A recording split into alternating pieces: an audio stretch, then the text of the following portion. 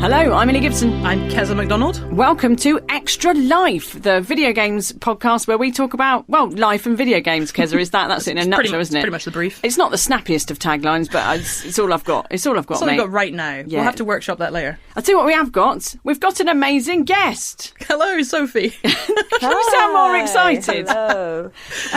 Sophie Duker, how are you? Oh, I'm excellent. It's raining torrentially. There are hailstones. The wind is blowing. It's another beautiful day in the United Kingdom. Oh, I love it, though, because that's when it's raining, that's a good excuse to just draw the curtains and sit down and play games, isn't it? You don't have to go to the blooming park. Or you don't have to, drag your children out Exactly. and make them go outside. You can just all play Mario and everything is fine. Yes. That is very true. I don't have to shower either inside or outside. I can stay dry and filthy in my bedroom. Oh, the dream, really. So welcome, Sophie. Welcome to the podcast. For the listener, who are you, Sophie Duker? I am a human woman most of the time outside RPG life, and I am a comedian who is funny for money some of the time. Other times I'm just punctual for money. Yeah, that's me, I guess. And you were nominated for Best Newcomer at the Edinburgh Festival when that was still allowed. I mean, imagine that. Back when we could congregate. Yeah, that was very exciting. I did my first show, which was called Venus, and got a nod for it. Is that what it's called? Is a nod if you actually get it? Maybe I think a nod is when you're nominated. Maintained eye when you're trying to be contact, modest. You just had a nod. Yeah, I did Edinburgh that year as well. We didn't get a nomination for anything, but we no don't. nods for you. Yeah, we're not sad about it. We don't really like to talk about it, but it's fine. Yeah, it's absolutely fine. It's not a big deal. No, it's I no haven't big been deal. nominated.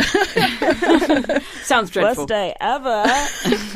So, Sophie, have you been like a lot of people? Have you been playing more games in this horrible lockdown situation that we've been in 2020? I have sort of been slogging away at. Not slogging away. I have a game that me and my partner aren't locked down together. So there is a game that we have been playing very slowly together called Life is Strange. It's Nice. the first Life is Strange. We're very behind the times. Trying to play that whenever we can see each other, which has up until now been rarely. But I don't have a console of any description, so I can't play. I mean, I've got Steam. I think that's what I need to level up for the second lockdown. Life is Strange is it's a teen drama, supernatural teen drama game, isn't it? Yes. That's exactly what it is. I always try and describe it to people, and I'm like, it's sort of weird. I haven't played it. Is it the one where you can? It's quite slow. It's quite a slow game. I think you can play it quite fast, but we played it quite slowly, and it's like watching a film in slow motion. Lots of walking and talking. Like, the dialogue happens only after you've done quite a lot of walking to meet the next teenager you're supposed to talk to. My name is Max Caulfield. I'm 18 years old. Years ago, my family moved away and I left behind my childhood. After 5 years, I'm back in my hometown, Arcadia Bay, Oregon. But unlike in real life, in Life is Strange, you can do something super awkward to your classmates and then just rewind it and the conversation never happened. Right, so it's basically Prince of Persia for hipsters. Is that what we're saying? I would say Prince of Persia's for teenagers who've made mistakes, and who hasn't? Talk to me, Max. Oh, no! I discovered I could reverse time. Max, start from the beginning. It does go a bit off the wall. There's a lot of supernatural stuff that comes in after a while where you start thinking, oh, I think the scriptwriters got bored here. They were like, let's just shake it all about. Yeah, supernatural storm? Why not? Let's just do it. Embarrassingly, I think I played it on a phone when it first came out with my brother, and sort of nearly completed it, and then I was like, I'm going to go back again and play it with someone else. I like having games that attach to like different people and important people, so I think it's very undemanding and it's very rich. I like role-player games. I like story. And I guess the like central hook, even though it's one that you see in like not the central thing, the fact that she can rewind time and do it again. It's sort of weird consent issues and like her gleaning information. I kind of like how like morally weird a lot of it is. In the bathroom today, you set off the alarm. You hella saved my life. Don't ever touch me again! Yeah. She has to prevent someone's suicide at one point, which it can go either way. And there's also there's lots of weird things to do with death and ethics, which I find quite interesting to think about. I mean, it sounds like it's no not a Sonic the steamy Hedgehog, game. I'm really. not getting all hot and bothered. Sort of what's it called? What happens before the sets? Foreplay. It's not a sort of foreplay game. I would say it's a bad foreplay game. I'm 43. I've forgotten all about that. Both of us were like, what? Yeah, what? What's sex?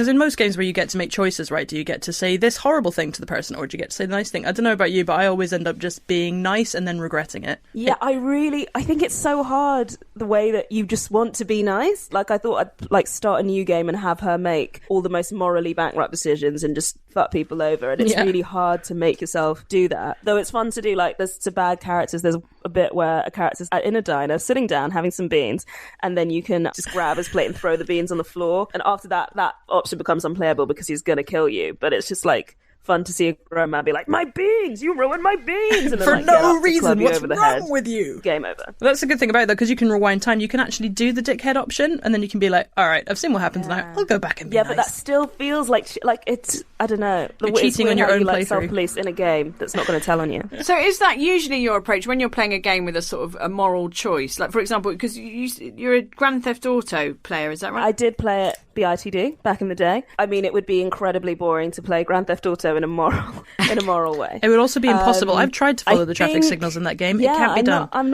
not proud of how I acted in Grand Theft Auto. Help! There's a guy with a gun!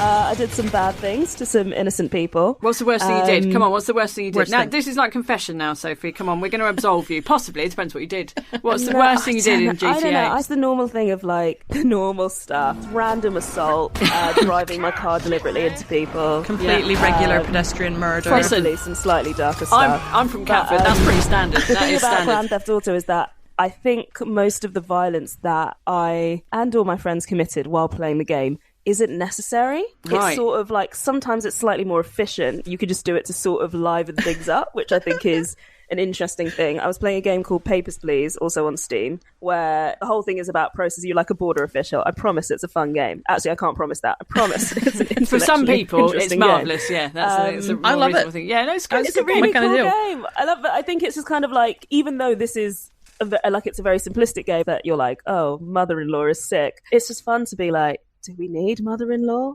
Hasn't she had her time?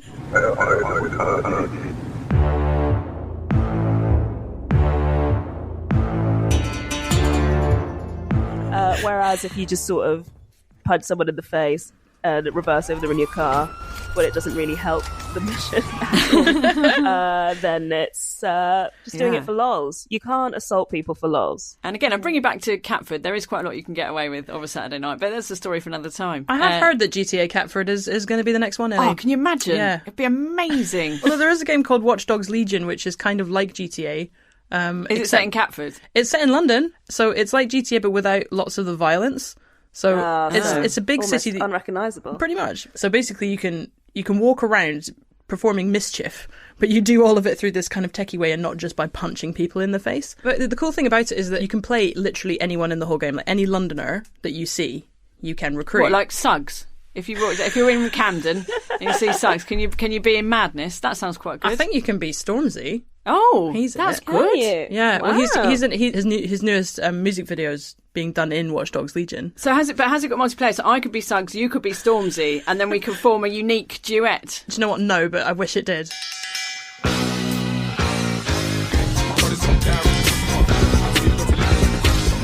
That would be great. It would be good. I'm looking forward to it. I've only played it for a bit. It's not out yet, so I've only played it like preview stuff. But it does look pretty fun, and there's something really cool about walking around in London. Really London. But they've done London properly. Do you remember that when years ago the Getaway? Do you remember that on PS2? I think it was. Man, that's and a blast. Sony claimed they were going to recreate the entirety of London. I think they got about as far as Charing Cross to Piccadilly, and then realised it was quite a lot of effort. It's they quite just sort big. of gave up. Yeah, it's quite big.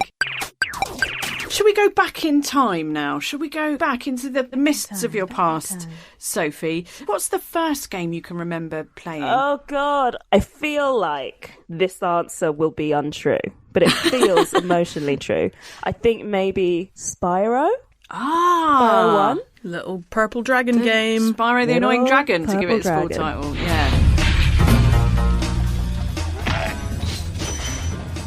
You're a Spyro fan then? Didn't you write the manuals for Spyro? No, I didn't do the Spyro games because I think he's a twat. So He turns into such a little shit. Yeah, he's an awful bastard. When I was at PlayStation, there was me and another anymore. copywriter, so we got to sort of choose who did what games, and I was like, Spyro, fuck off. So that was That was that. Won't even write his manual. No, don't. Yeah, he doesn't. How could you? You probably didn't even have a manual. What's the manual? Oh, jump and collect things. Tedious. But All I've been doing my entire life is jumping and collecting things. That's both in games and out. What do you remember about Spyro? Like, if that's the first game you remember playing, what do you remember about it?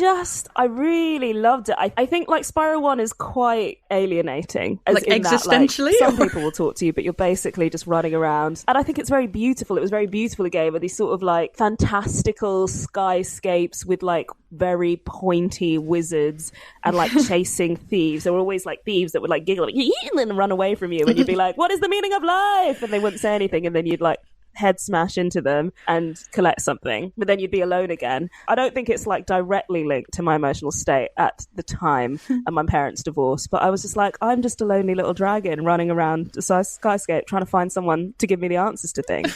I think Spyro 1 was genuinely a very like lush game. It was too big and a lot of stuff didn't make sense. They should have written a manual. They should have done a manual. They should have done a manual.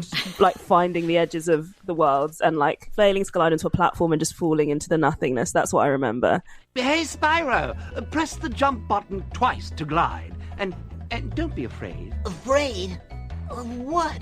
Falling from high mountain peaks? Plummeting into prehistoric glaciers? Oh, that. I remember that about early 3D games, like the kind of stuff that was on the first PlayStation and on the N64. It was all early 3D, so everything was so pointy. It's that Y2K aesthetic where everything's just a bit polygonal. Yeah, because I remember like Lara again. She had boobs like a Toblerone, didn't she? Sort of under her vest, just sort of poking out. Now I don't remember Lara's breasts, but I think it would. I feel like it should have in my queerness to be like, I don't know. You don't think Lara Croft made you gay? You don't think that was Lara must have made loads of women gay, but I've always wondered why I don't feel it's a sort of latent attraction to Lara Croft, and maybe it was the sort of her boobs weren't aerodynamic enough yet. I was just like, no, I respect her too much as a badass. as a badass, but maybe it was just the fact that her boobs were too pointy. I think humour in a game is really important. It is like when you're trying to like beat something, you're so bored, and if it's all sort of pious, I don't think the Final Fantasy, I mean maybe they do, like had a lot of like humour. If it's humour, then it's unintentional. yeah, I would say it kind of took itself too seriously, and so I never got into Final Fantasy. But GTA was funny, Spyro was sort of charming, but it was very kids' humour. I played Crash Bandicoot. Would you say you were a Fandicoot? No, Keza, she wouldn't say Turns that out because she's not a moron. Nobody would say that. Nobody would say that apart from you. You do not like Mario Kart. Oh yeah. Yeah. Now I have a long-standing. I'm just going to say it, Keza. Keza knows this. I will argue to the death that Crash Team Racing is a better game than Mario Kart. Sophie Duker, do you agree? I mean, I definitely agree because of more because of the loathing of Mario Kart and do anything to stop it being suggested as a fun game for friends. What's hateful about Mario Kart? Racing. I just hate better game. I don't like seeing the Mario characters that format. Choose from a huge cast of favourites and pair them up any way you like. It's a Grand Prix race extravaganza. It's Mario Kart Double Dash for the Nintendo GameCube. I hate the game. It gives me anxiety. I don't know. I think maybe something happened during a race. Is it maybe during the first race, but I've repressed it so hard. I just hate the game. Is it the fact that anything can change at any time and any small success you may have earned can be taken away from you at a moment's notice? Maybe something to do with that. Maybe it's a control thing. I don't know. You'd have to ask my therapist, but I hate Mario Kart. You don't hate Pokemon though, right? No, I love Pokemon. That's something that I played loads. Where can you catch all 150 Pokemon?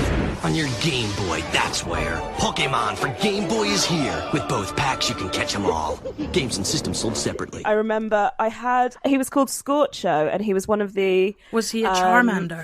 What's that Pokemon called? Charmander! Is it Charmander? Like a Cyndaquil when it starts off, maybe? Cyndaquil. He's from Pokemon Silver and Gold. So I had a little Cyndaquil, Pokemon of the Johto region. Because haven't you got a theory, because that you can tell what sort of person someone is by what starting Pokemon? What their starter Pokemon is, absolutely. Yeah, definitely. All right, I'll tell you mine then. You tell me what sort of person I am, as if you haven't known me for 20 years anyway. Go on. Oh, is this with the original three? Well, I'll go with the original three. Like I think the Squirtle, Bulbasaur, Charmander trio. All right, guess first of all, Keza. Guess. I'm not going to make you. Squirtle. What are I'd you say saying? Squirtle for you. What do you think I'm saying? This is actually quite fascinating. Not since university. It's just old bathwater anyway. It's just old bathwater. Everyone knows that. You can tell by the scent of Radox. No, you're incorrect. Charmander is my. I'm going to guess for you, Keza. I'm going to guess. I think also Charmander. Actually. It was also Charmander. Yes. I named him Xander after Xander in Buffy the Vampire Slayer. Okay. Which I was in no way obsessed with. Yeah. And he became a badass Charizard. Oh, so what does that say about us that we like? I think all the cool people pick the fire types, right? Messy bitches who love drama. Yeah, absolutely. Yes! That's what it's all about. I think the fire types are I'm very against picking the fire types. When I played Red, I think I definitely didn't choose Charmander because I was like, it's like easy quickly. And what do you go for then, Sophie? They behave badly. I don't know if this is just lore because I don't think I played through with a Charmander. But they just don't listen to you and they get grumpy. And I was like, I think playing with Bulbasaur. Bulbasaur is for people like dog people like Bulbasaurs. He's a Hufflepuff, isn't he? Very much the Hufflepuff. Bulbasaur. Yeah, definitely. Ooh, that's what that's my about. little Bulbasaur, very reliable. But my best ever Pokemon was a Cyndaquil. Evolved eventually into a Typhlosion. He was called Scorcho, which is a shit name. And presumably you were quite young at the time. Give I didn't tend to or care for any other Pokemon. I just had this sort of insane. Then it got to the stage where any fight would only make a tiny chink on his experience points because he was just like a colossus. So I'd have tiny, I just have every other Pokemon I just have at the start of the fight and immediately swap them out, and then they'd get loads of points because of Scorcher, and he was just my trophy Pokemon. Just this absolutely swole, massive Pokemon at the head of this little line of hench Typhlosion. Yeah. I had to have other Pokemon. I had to have a flying Pokemon so I could get places. I had to have a Gyarados so I could surf and go and explore places. But they were all they were withered compared to malnourished, underloved Pokemon. Because the first few Pokemon games, you could just basically decide that you really liked whoever it was, Pikachu or your Charizard or whatever, or your Blastoise. Yeah, and Pikachu if you were obvious. And then you could just play the whole game with basically that one Pokemon. Yeah. And occasionally swap out. It is a less rewarding way to play.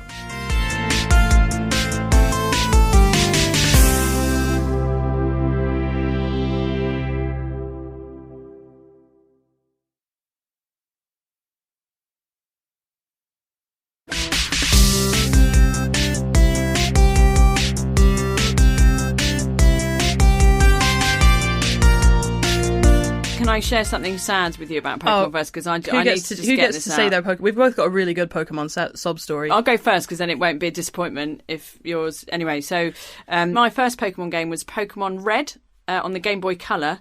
When I was about 23, I was incredibly cool. Had loads of boyfriends. Anyway, and I got quite far in it. I got loads of Pokemon. It was really good. And then one day I met my friend John, and we went for a drink. And then I was moaning, telling him about Pokemon because again, I was a very interesting person. We were saying goodbye at the station, and he said, "Oh, can I just have a quick go on you? Can I see your Pokemon?" And I was like, because I've worked quite hard on it, and I knew John wasn't a gamer and he wasn't very technical. But I was like, okay, just be careful, yeah? Just be careful. It's like giving someone your baby, right? Oh, no. Your 6 very hench babies. Yeah. And of course, I think we all know where this story is going. He went, oh, and he looked at it for a few minutes while I bought coffee, and he was like, oh, it's really cool. Okay, cheers, bye. And then he got on his train, and he had deleted the Pokedex.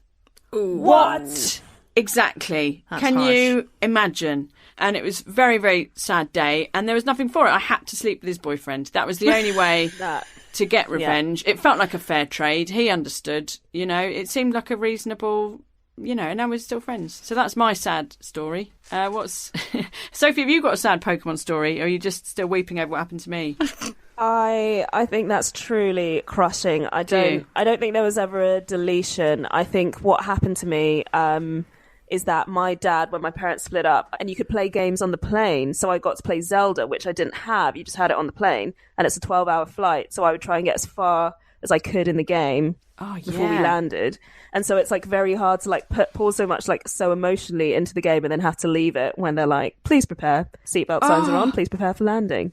So of course you can't save it. Yeah. Do this. No. Just play games and then have to abandon them at the point where you get invested, which is about the 11-hour mark. Oh, man. Oh, no. That is tragic. That is actually maybe sadder. Keza, can you out-sad? Oh, mine's the saddest. Go on, then. I'd like to take you back to the year 2000. Oh, when I was 11. I was drunk that whole year. That's probably a good year. You're gonna I was have to remind 11, me. also drunk. And the Pokemon World Championships were going to happen. And when I was 11, it was my absolute dream to go to the Pokemon World Championships. I wanted to be the very best, like no one ever was. And so I trained up. You could get a Pokemon game on the N64 where you could basically play the original Pokemon at 10 times speed. So it's like, and you could train teams up super, super fast to level 100. So I assembled myself, again, very cool, an A team, a B team, and a C team of level 100 badass Pokemon. I was like, I'm gonna smash this. And I went to the regional qualifiers and I smashed it. And I got, I had to come back for the finals.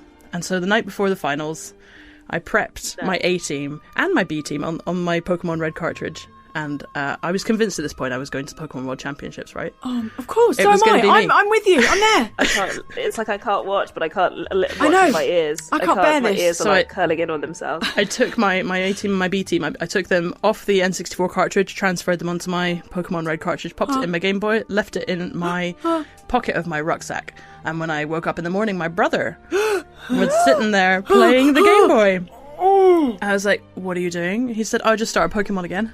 What? So he had overwritten my hundreds of hours worth of work. And so the regional finals that day, so I had to go with my C team and I got absolutely trounced in the first round and I didn't play Pokemon again for 10 years. Oh my god. That is my Pokemon sub-story. That is the saddest thing I have ever heard. It was also really tragic for your parents to lose a son. How different your life could have been, I know, Keza. can you imagine? I could have been interviewed on weird nostalgic documentaries on Channel 4 about being the Pokemon World Champion. I've had actual breakups that have left me less sad than you telling that story. I'm absolutely mortified, Keza, for you. I don't know if you were, like, you might have been multifaceted. I hate you if you had anything else going on. I hate you because you were an overachiever. Let me make you hate Keza now, Sophie. Keza, how many languages do you speak? Oh, come on. Oh, no. Yeah, go on. No, 4. come on. Yep, 4. And one of them's Japanese, is that right? Yes. モンスター全部で150種類。スーパーゲームボーイならカラーで綺麗。ポケットモンスター。 We've talked about, the good old days, Sophie. Let's move into your more recent past. There's a common theme. You'd seem to like games about birds. I feel like this is a coincidental and crucially normal normal of my gaming history. Such as the very excellent game Avian Attorney, which I believe the tagline is something like the hottest bird lawyering game to come out of 1840s France.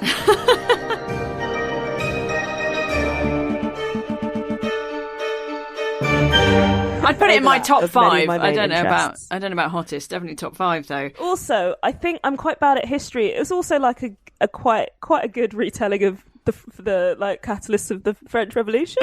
So there is quite a lot of flitting about Paris, pardon the pun, as your bird lawyer self. You kind of collect clues and you question suspects, and then each chapter of gameplay is punctuated by a big court case, one of which is like a sort of kangaroo court.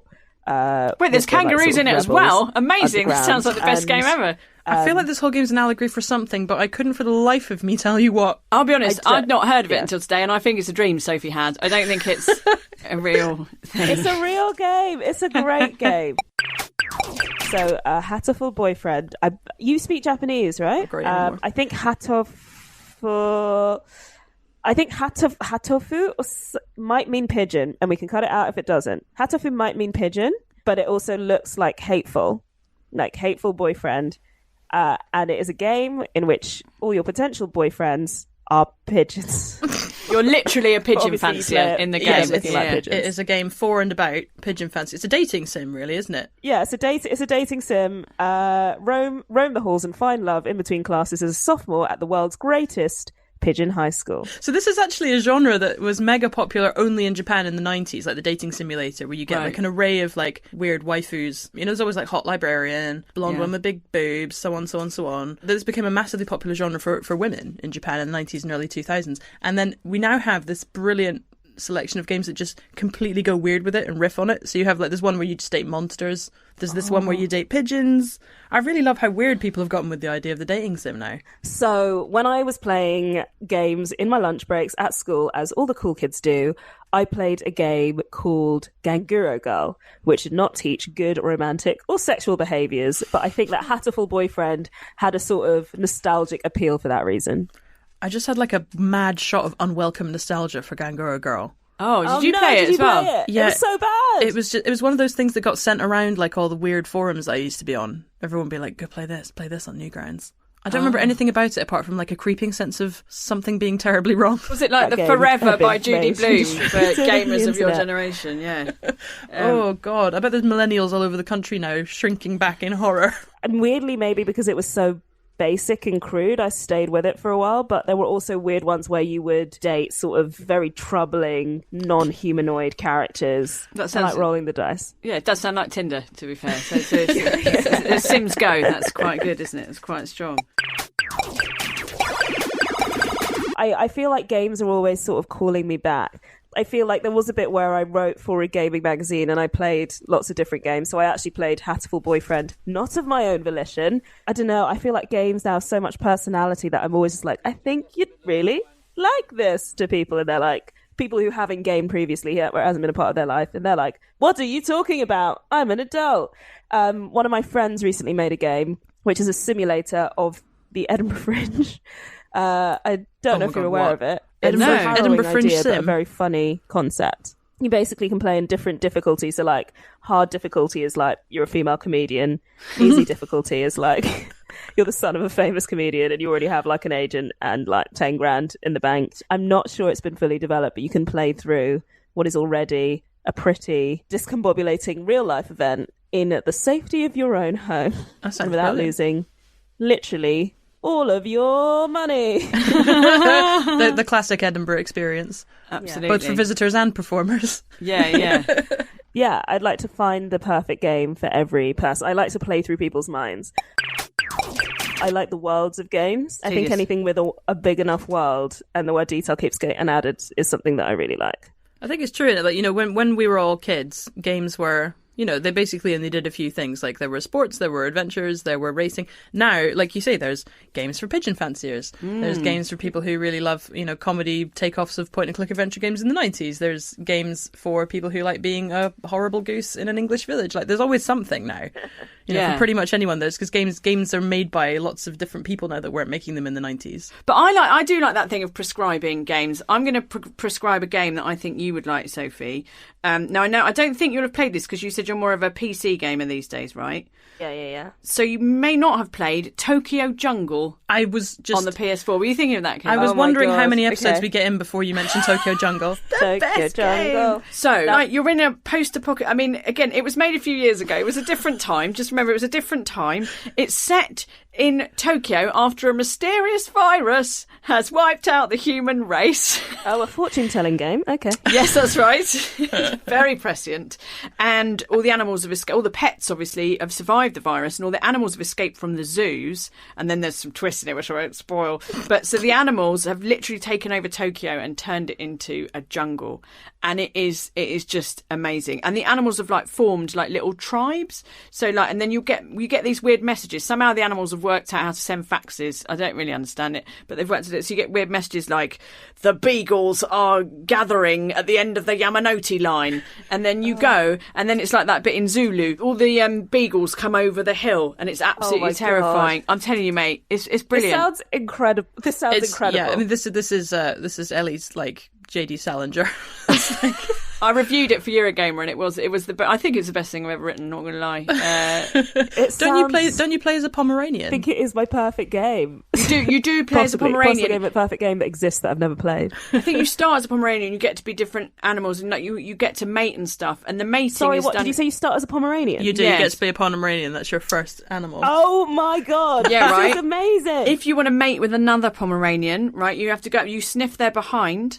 And then there's like love hearts pop up, and then the screen fades to black as you gently mount your new partner Now tell me that's not a video game. That's brilliant, that. They say video games aren't art, Keza. Are you into it, Sophie? Going to give it a go? I'm super into it. Brilliant. There you are. I was literally sitting there going, she's going to talk about Tokyo Jungle. It's going to be... oh, yeah, there it is. That's right. It's Tokyo Jungle. The doctor is in the house, Keza. That's right. Successful prescription. Well done, me. Okay, Sophie, so before we get to the end of the show, I do have another special guest here in the studio today to introduce to you. This is your opportunity to pitch the game that's been in your imagination, like your perfect game that you want to get made. And I've invited a AAA video game investor in here who has the power to make such a thing happen. I'm just gonna let him talk now. Hi there, Sophie. It's me, Barry Nintendo. Hi, Sophie. How are you? I'm great. Are you all right? 'Cause you sound a bit like out of breath. Oh, sorry, I just dropped some £50 notes out of the window and I ran down to get them, but then I realised I don't actually need them because I've got so much money anyway. I'll just run back up the stairs to talk to you or something. Anyway, Sophie, yes, I've been listening to your chat. Good chat. Yes, I was wondering, I have approximately £400 million just sitting here ready to be invested in a new video game, and I wondered if you'd like to pitch your concept to me, Sophie. Okay, so I would love to pitch my concept to you, Barry. Great! Unfortunately, I have decided the greatest game ever to exist, which is Tokyo Jungle. Tokyo Jungle, of course. Everybody knows that, Sophie, yes. Themes, it's one of Barry Nintendo's favourites, he did mention. I wish I'd picked that one up, honestly. I really do. Untitled. Sorry, your game, Sophie. Go. You're sort of like an easygoing, chilled out, liberal, millennial dog. Let's say a Weimaraner. Okay. Right? You can a sassy gal Weimaraner who is enrolled in her first year of university. She is studying graphic design, and at one point, halfway through the course, she realizes that she's got to go off on a mission because her family back home really need her. And so she sets off on this journey to get back home to her family. That is the pitch. I quite like it, Sophie. But there is one thing missing, I feel. Do you think you could work any birds into the narrative? Yep. I think they're all birds. They're all birds. Okay. That's a bird. Yeah. Sold. It'll be out by Christmas. Well, thank you very much, yes. Barry, for joining us. I mean, I know you're very busy. Yeah. Bye. Counting your money. Bye, Barry. Bye. All right. Oh, sorry, I just nipped to the loo. Who was that? Did you have someone in? Yeah, Barry just... I mean, you missed him. It's Barry a shame. Nintendo. I know, right? It's a shame you've not seen him in years, but there he was. Lad. So we do have one final... we do have some final nonsense. We have a quick fire round, Sophie, where we get to ask you questions and everybody gets to judge your answers. How's that sound? I'm ready for the questions. Okay, all right, don't be frightened, Sophie. There are no wrong answers, but we will judge your entire personality based on what you say. Okay. Sonic or Mario? Sonic. Correct. Definitely. God damn.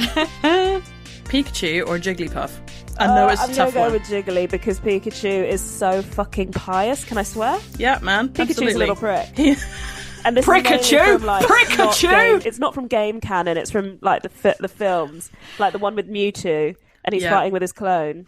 I don't know if I need to go into it, but then he'd be like, Pikachu's clone is like, Pikachu, and he's like, Pikachu, and then like he's so tired that he raises his paw to slap a Pikachu because he thinks he's Jesus or something. Like puts his paws out and catches him. Oh yeah, doesn't happen in a game, but it really soured Pikachu for me. Okay. What's next? Next question. Warrior or wizard? Oh, I was about to say it's not wizard. Sophie's choice, but it actually is Sophie's choice. It's just not like that Sophie's choice. It's Sophie's got to choose, but not a child. We should have called this game Sophie's choice. What a missed opportunity that was. Wizard, please. Okay. Single player or multiplayer? No, single player. But and then you play as different people. I can't abide with more people crowding. I mean, people are the worst, to be fair. Sniper or shotgun? Shotgun. No messing around. Yeah. Straight in there. Not sneaky. Are you shotgun, Keza? I am. Yeah, I'm shotgun. Yeah, none of that sneaky. Shotgun. It makes me think of Worms World Party. Yeah. And it is. I don't like the dark arts. I just like to shoot someone in the face. Yeah. And on that note, yes, I think we've got the measure of you, Sophie. Yes. Thank you so much for joining us. Thank you so much for having me. It was really fun. Yes. And I barely had to unearth any trauma. Excellent. Good. Yes, I think Keza's Pokemon trauma really has been. Yes, it was enough my sadness trauma. for My trauma is going to dominate this. I had repressed that. The work of this that was fast. podcast was repressing the moment you told that story, and it is. I don't know how I'm going to go on. I won't bust out again for another few years. Absolutely. That's the only way I could have said that this was a delight, because I had forgotten that you told that story. Oh, well, sorry to have ruined your day, Yeah, Sophie. sorry to inflict that upon you. But thank you for being a brilliant guest. Thank you to everyone for listening. And until next time, bye-bye. You're actually doing the bye-bye. We're doing the bye-bye. I did it as sport. Fuck it. Bye. Sorry, what do you want me to say, Keza? Do you want me to say game over? Like a twat? Yes, definitely. No. Yeah, let's make the guest say game over. Can you say game over, please, Sophie, without killing yourself? Yes, I can. Go for it. Game over. Yeah! All right, excellent. That's actually quite a good bit. You're welcome. I'm actually a professional comedian, Keza. I'm aware. You do mention it quite often.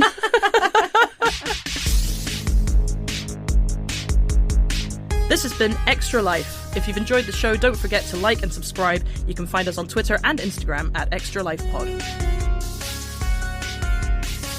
Extra Life with Ellie Gibson and Keza Macdonald. Produced by Joel Marks. Assistant producer Alex Hart. Music by Wayne Shepard.